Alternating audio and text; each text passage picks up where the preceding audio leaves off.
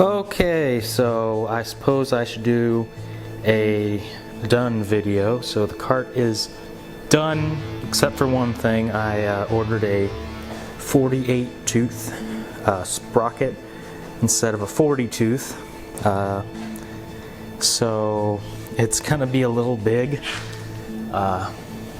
You can see the clearance there. It's gonna add another ½ inch, so yeah, it's gonna be awesome. So this is the cart. I started out as a Razor ground force. I put this Outrunner electric motor on it, and it went 24 miles an hour. 2 LiPo batteries and everything. But then I kept blowing up controllers, and so I eventually went to this 2-stroke 49cc with a bigger compression head and, you know, stuff like that. But they're too fucking finicky for me, so I decided to go with the good old 79cc Predator engine. A lot of people seem to have good luck with Predator engines. They seem to be pretty easy. So there we are. I have 8-inch front tire from Razor Dune Buggy, 8-inch rear tires, you know, just random, whatever the hell, cobbled together. 3/4 inch shaft. It's a solid shaft. We've got this stupid little brake here that hardly works at all, but works good enough. That's the sprocket from my last build. On 2 pillow blocks. Let's just get a nice shot here so I can use it later.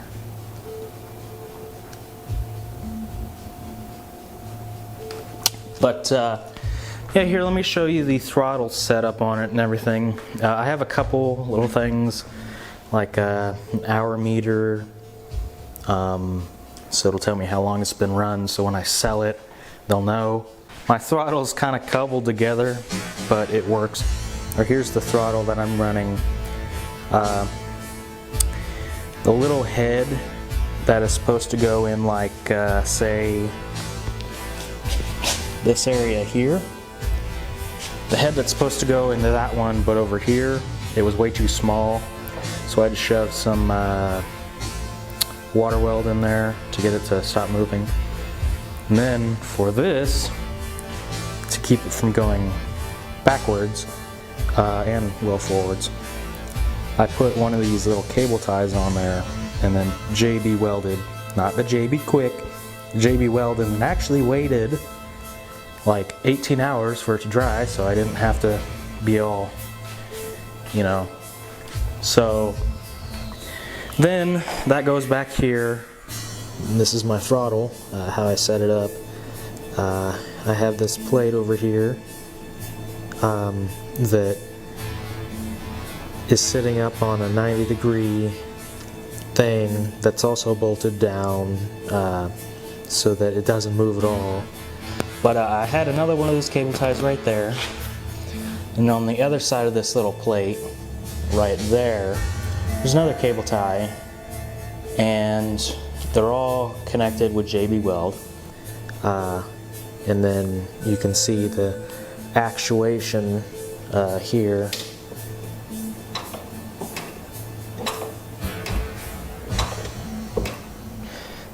It works pretty well. So yeah, that's how my throttle works. Yeah, let's just start it up, and we'll you know, show you it running at least on the. Oh, this little guy right here. It's for me panicking, because if my throttle gets stuck, which it probably won't now, knock on wood, but I had some issues with my throttle getting stuck and not being able to turn off the engine, because the way I have it wired is you have to go down and then press this arcade button that I wired. I wired an arcade button to stop my machine. Isn't that awesome? But normally you flip it up to run, and then when you're freaking out, oh no, no, just reach behind you, switch that down, hit your switch, everything's good.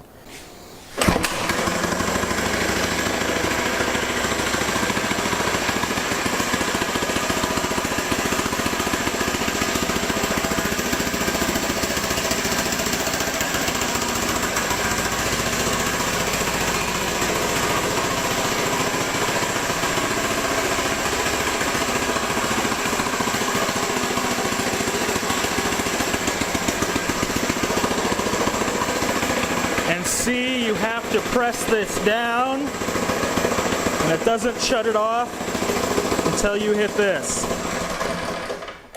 And that's how you shut it off. But we'll do a couple little revs here on the bench.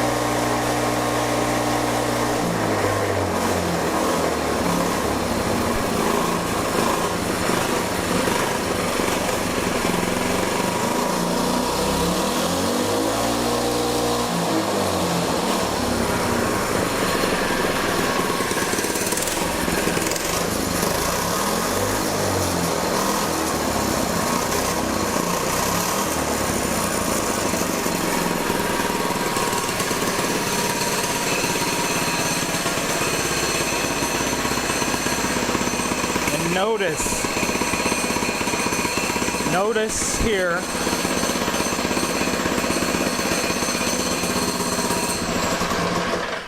Notice how it comes down to idle like perfect. I love that. I hate having vehicles where you have to sit down on it and then the clutch is all engaging and you have to chase after the cart. No, there's none of that here. So yeah, that's pretty much my cart. 3,600 RPM. It says 3,800 is the max on the box. Here we'll even show you. Let's see. Oh, here we go. 3,800 RPM. But no matter what, I've never ever gotten 3,800. 3,600 is what it's got to. So that's that. I better open up my garage before I get asphyxiated. So I thank you for watching my video, and I'll see you next time.